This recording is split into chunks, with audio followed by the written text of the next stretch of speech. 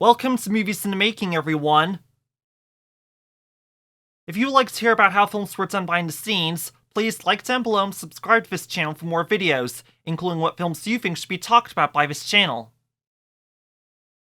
In today's episode, we are going to be looking at the 2007 superhero action film Fantastic Four: Rise of the Silver Surfer, released by 20th Century Fox, now 20th Century Studios and owned by Disney, and directed by Tim Story. Here, we shall dive deep into the story of the production of this film. Given the first film made so much money, you would believe Fox would want to make a sequel. This is considered by many critics as better than the first film, but what about the production? Let's find out. Now, sit back and enjoy the show. You are all in for a quad ride once again.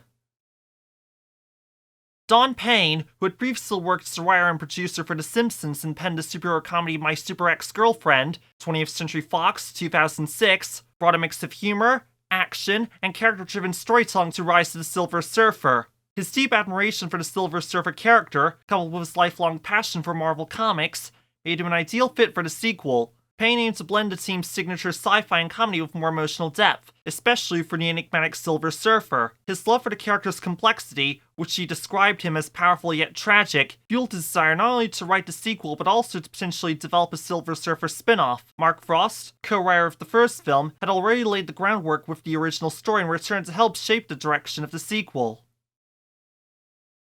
The film draws heavily from classic Marvel storylines, primarily the legendary Coming of Galactus arc from Fantastic Four issue 48, which introduced Galactus and the Silver Surfer. Payne also integrated elements from Fantastic Four issues 57 to 60, where the Silver Surfer crosses paths with Doctor Doom. Additionally, a few narrative and visual moments were inspired by Ultimate Extinction, part of Marvel's Ultimate Universe. While Galactus does appear in the film, Payne explained that the character would be portrayed as more of a comic force than a fully developed individual, keeping the focus on the Silver Surfer story and his internal conflict. This approach allowed the film to stay rooted in its comic book origins while also adapting the source material for a broader cinematic experience.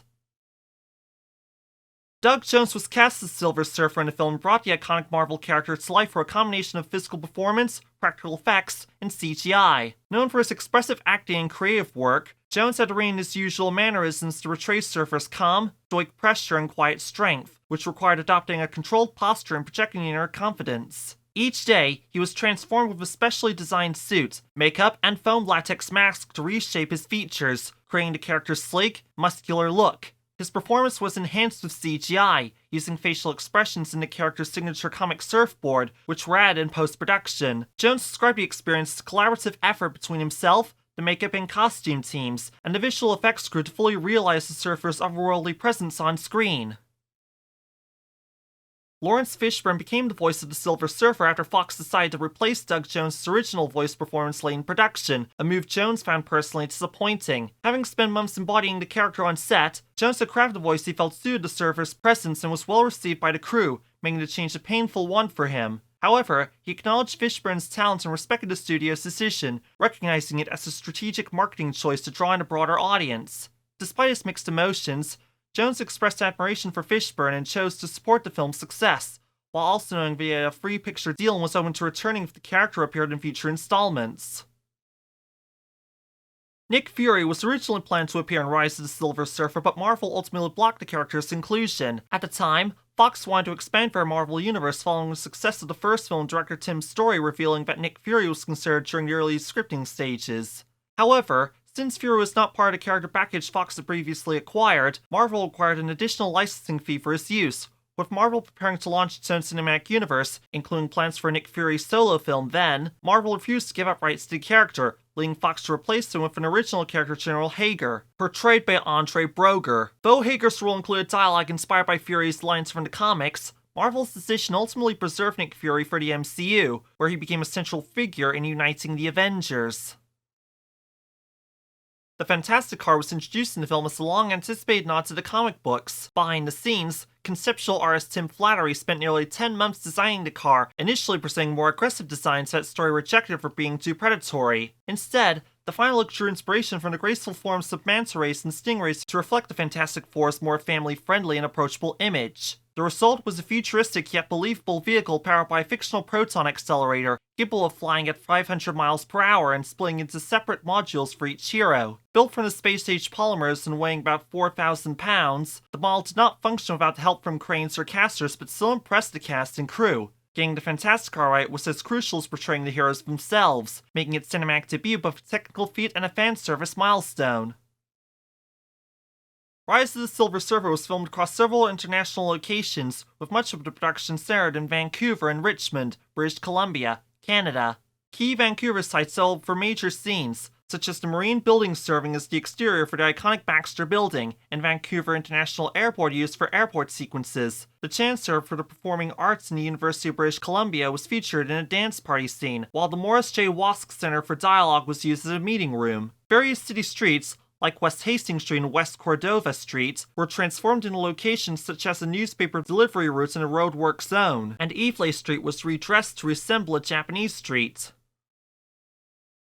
In addition to the various Canadian locations, the film also included scenes filmed in London and Iceland. Notably, London's iconic Queen's Walk and the famous London Eye were featured prominently, featuring a recognizable and vibrant international backdrop that enriched the film's urban scenes. To capture the film's icy, otherworldly sequences tied to the Silver Surfer's comic origins, the production team journeyed to Iceland, where they filmed on the Vatnajökull Glacier. This vast and stunningly frozen landscape perfectly conveyed the alien and majestic nature of the Silver Surfer's intergalactic travels.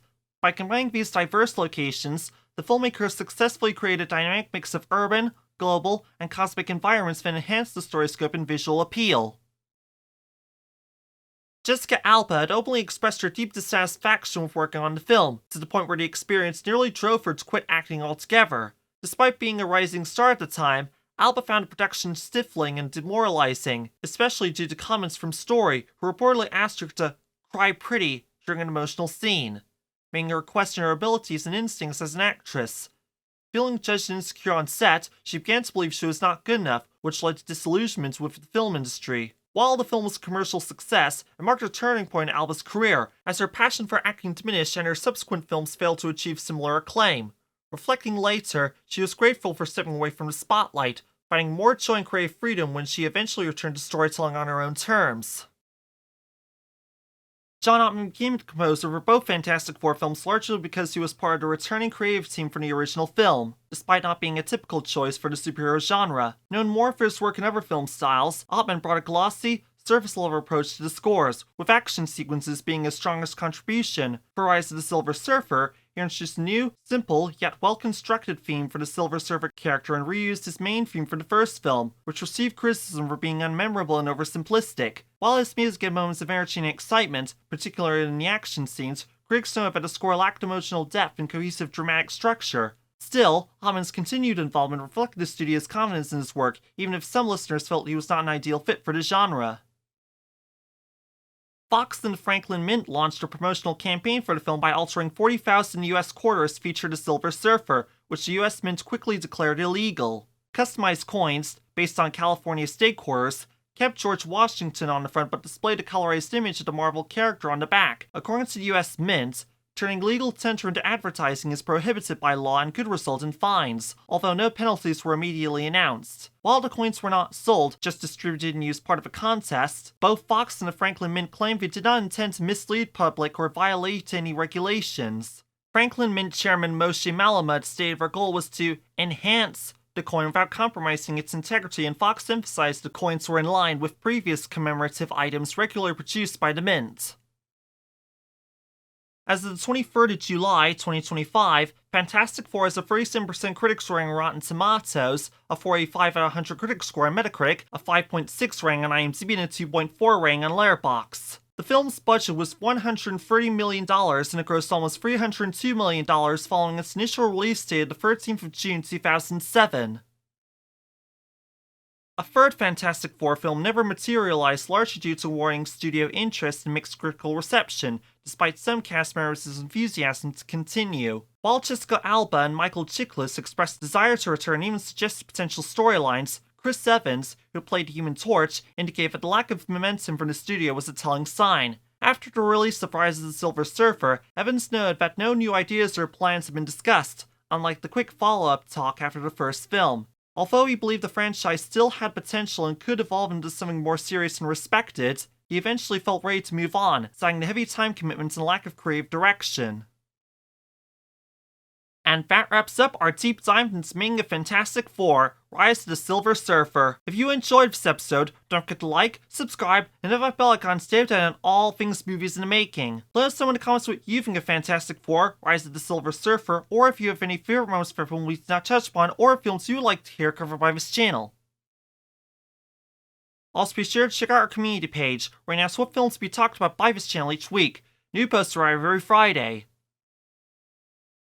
Thanks for watching, we'll see you all next time on Movies in the Making. We'll be talking about Waterworld, Universal Pictures 1995, and more films follow along the way. Tune in for more Movies in the Making and cover the stories behind cinema's most unforgettable films. This has been Jason Scotchmer, film enthusiast and passionate about the arts.